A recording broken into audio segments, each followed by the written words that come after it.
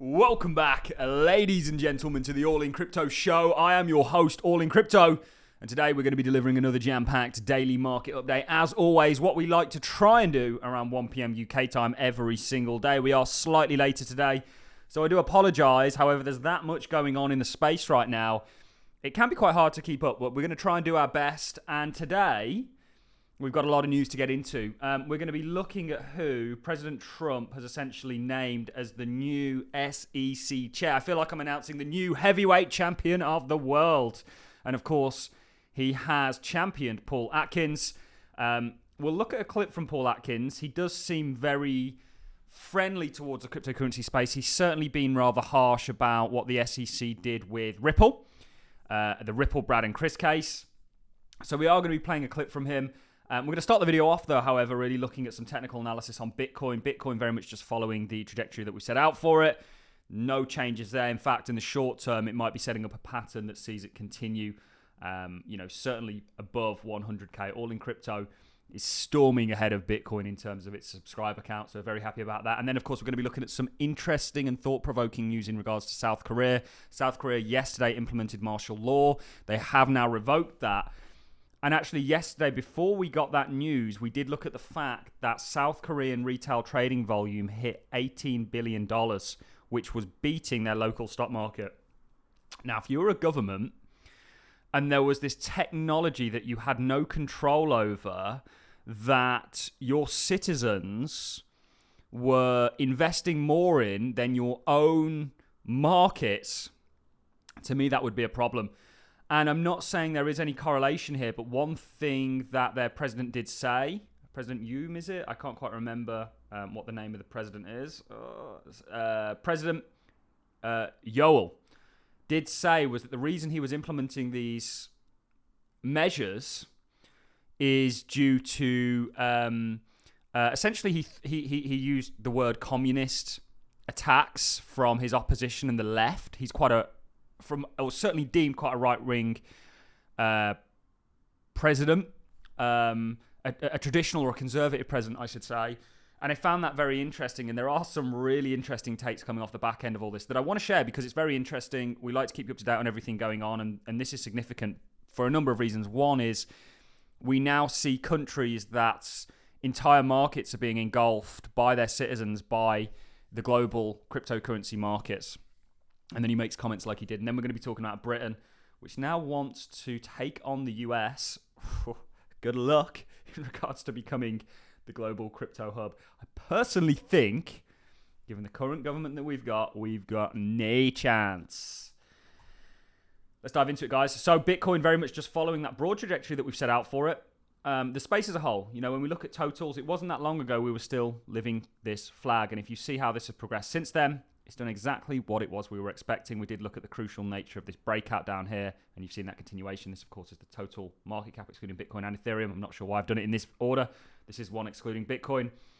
Very close to its target, and this is the beautiful thing about this channel is many of you are watching me day in, day out, and you've started off your journey skeptical in regards to technical analysis, and that's because there's every reason to be skeptical of it.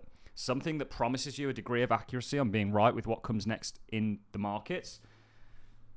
I mean, that's a tall order, but we're proving that day in, day out here on this channel. And if you look at the likes of the overall crypto market, a little bit further behind because altcoins have really been the star of the show. We could do a whole video, and maybe we should, on Bitcoin dominance. But back to the topic of Bitcoin. Bitcoin very much going in the direction that we want it to.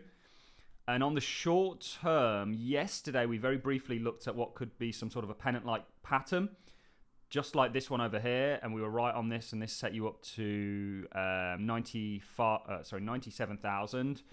You're potentially looking at a run certainly to the 105, something like that. So Bitcoin might actually catch Allincrypto up in regards to its subscriber count. So do watch for that to take effect. This is always the case with the altcoin sector. People sort of fight us on it. It goes in the direction we want it to, and the bull market commences just like last time. And then people are constantly praying for a pullback, and that pullback doesn't come anywhere near where the prices are at, but comes back a lot later when prices are significantly higher. That's certainly been the likes for my largest holding, which is HBAR, which is 700+% up this month alone in 30 days. That volatility that we had to endure has been worth it. And I hope you guys have all done sensationally on the back end of it. That makes me happier, you guys winning, than me winning, because I'll win no matter what. Let's dive into what was big news yesterday. And we did look at actually yesterday how you had 24 hours left before Trump made his decision. And this has taken place. Trump names crypto champion Paul Atkins as new SEC chair. This is from Mario Norful. I'm sure most of you know who he is, certainly if you're interested in Twitter.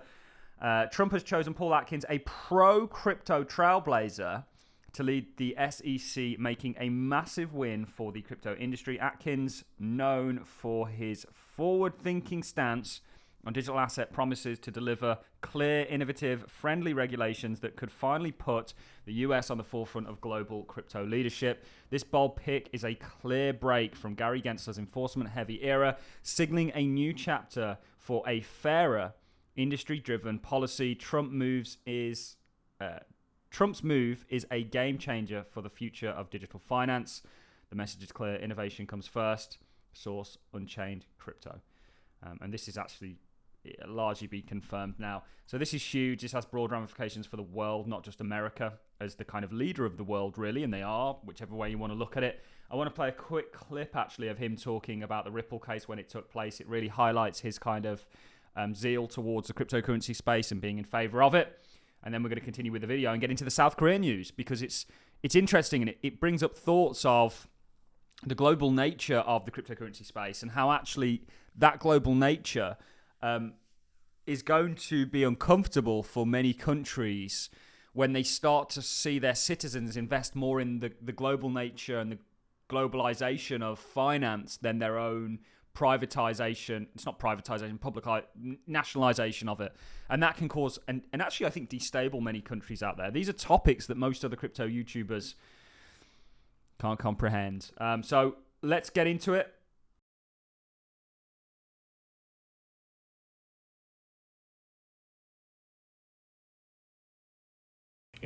People are running into, a brick wall at the SEC in a lot of this area, so that has not changed much.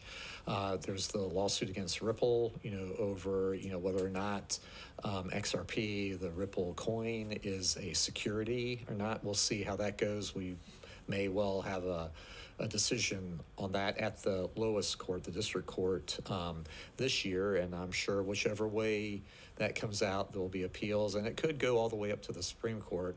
There's one, there's maybe a 60, 70-year-old decision called Howie that the Supreme Court issued that kind of sets out what's an investment contract and gives the criteria by which a court could judge that.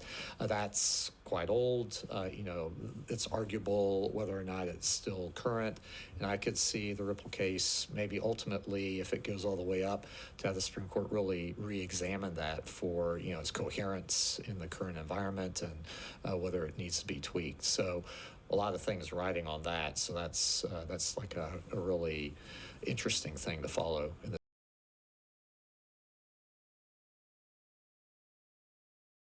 So you can see his kind of unease around the Howey test as it relates to this industry and the new environment, as he says, that we are now in.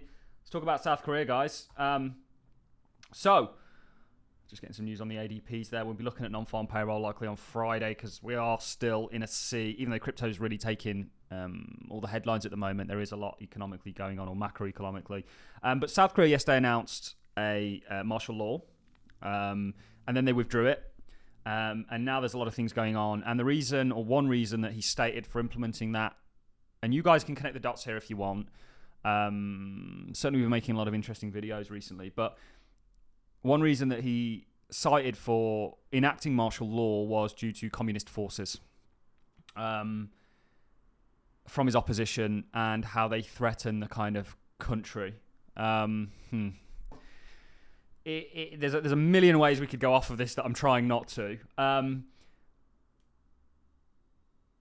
But one thing is very interesting here, certainly for me, is that he did this the day after we looked at the fact that in South Korea, crypto retail trading hit $18 billion, right, in terms of valuation. That beat their local stock market.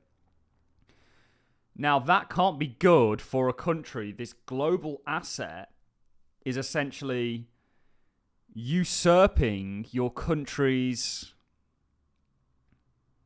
market and a whole list of things, financial system. I don't know. He certainly never mentioned that as a thing. But it's interesting the timing of these two things, and there's been all sorts of speculation on this. This is from Linda P. Jones, who is a Wall Street individual. She's the writer of Guide to Financial Freedom by Investing in Cryptocurrencies.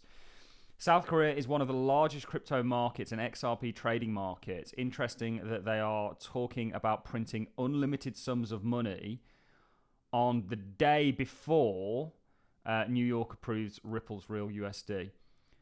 Your thoughts? And she's hinting at something that we're actually going to do a longer video on yesterday in South Korea to provide unlimited liquidity to markets if needed. So I think I don't want to go any further on the voyage that I've just gone on in regards to South Korea, looking at the kind of destabilization that crypto perhaps may be bringing to it and the timely nature of what was announced and the frenzy that we saw in regards to South Korean crypto trading, and then the implementation of martial law, citing kind of external communist forces at work. I think I'm going to leave that there entirely, but there's a lot of interesting things going on. The world is changing as we know it, ladies and gentlemen. You need to be aware of that. You need to be a subscriber to this channel because we can help you arbitrage the new world that we're moving towards. It's a brave new world. Britain wants to make the US, or take the US on as a global crypto hub, but the industry has its doubts. So do I. So do you. So does anybody in the United Kingdom.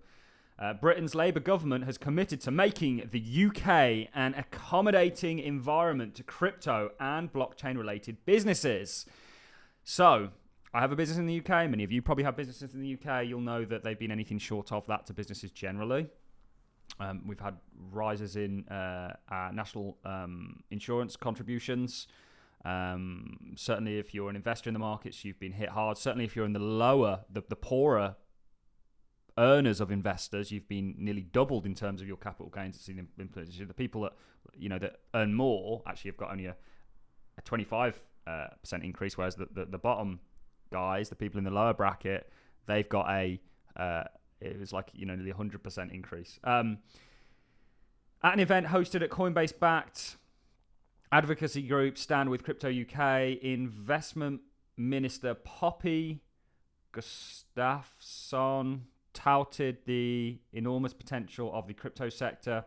Steve Bartlett, a UK entrepreneur and podcaster, no idea who that is, questioned whether the country had the risk appetite to capitalize on the crypto generational opportunity.